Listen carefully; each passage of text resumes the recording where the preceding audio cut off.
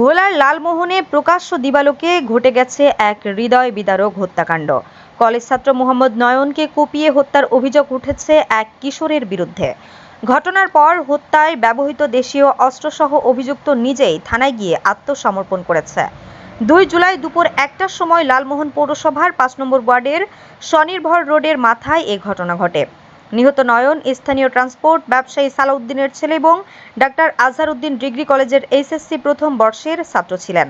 Police জানায়, অভিযুক্ত মানিক উপজেলার লালমোহন সদর ইউনিয়নের বাসিন্দা এবং 10ম শ্রেণীর একজন শিক্ষার্থী। প্রত্যক্ষদর্শীদের ভাষ্য অনুযায়ী নয়নকে একা পেয়ে ধারালো অস্ত্র দিয়ে এলোপাতাড়ি কুপিয়ে গুরুতর জখম করে সে। ঘটনাস্থলে অতিরিক্ত রক্তক্ষরণে নয়নের মৃত্যু হয়।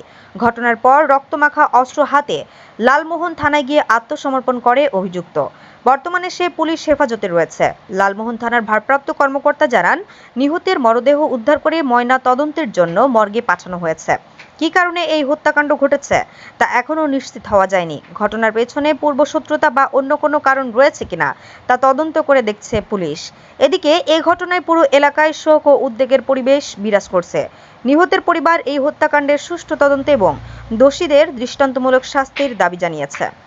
লালমোহনে এখন পর্যন্ত কোন ঘটনা ঘটেছে এটার আসামি গ্রেফতার হয় না, এরকম কোন ঘটনা নাই।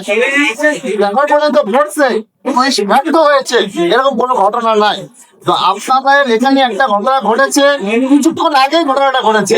যখন ঘটনাটা ঘটেছে, ঘটনার সঙ্গে সঙ্গে পুলিশ সেখানে রেসপন্স করেছে এবং যারা ভিকটিম তারা হসপিটালাইজ হয়েছে, তাদেরকে সদরে রেফার করা হয়েছে।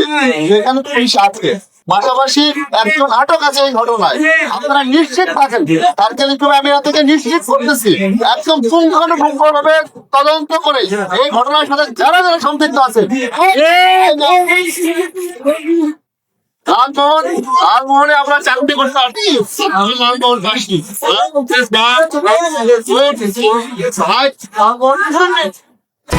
HM Expert B500 CWR স্বাধীনতার সুবর্ণ জয়ন্তীতে নতুন বাংলাদেশ গড়ার প্রত্যয়। HM Steel।